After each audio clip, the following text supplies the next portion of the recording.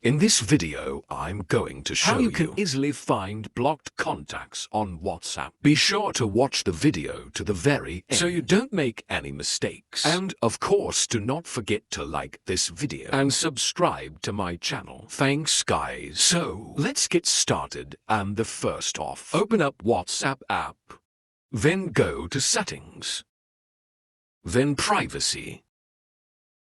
And if we scroll down a bit, we can easily find the block. If we tap on it, it will show us all the contacts we have blocked. From here, we can scroll down to see more contacts. Also, by tapping at Add New, we can add new contact to block list. So actually, in this way, we can block someone on WhatsApp. And right from here, we can also unblock any contact. To do that, just swipe to the left and tap it on the block. Also, we can tap at Edit, and then we can unblock contacts in that way. Just stop at minus and then unblock. That's how you can easily find blocked contacts on WhatsApp.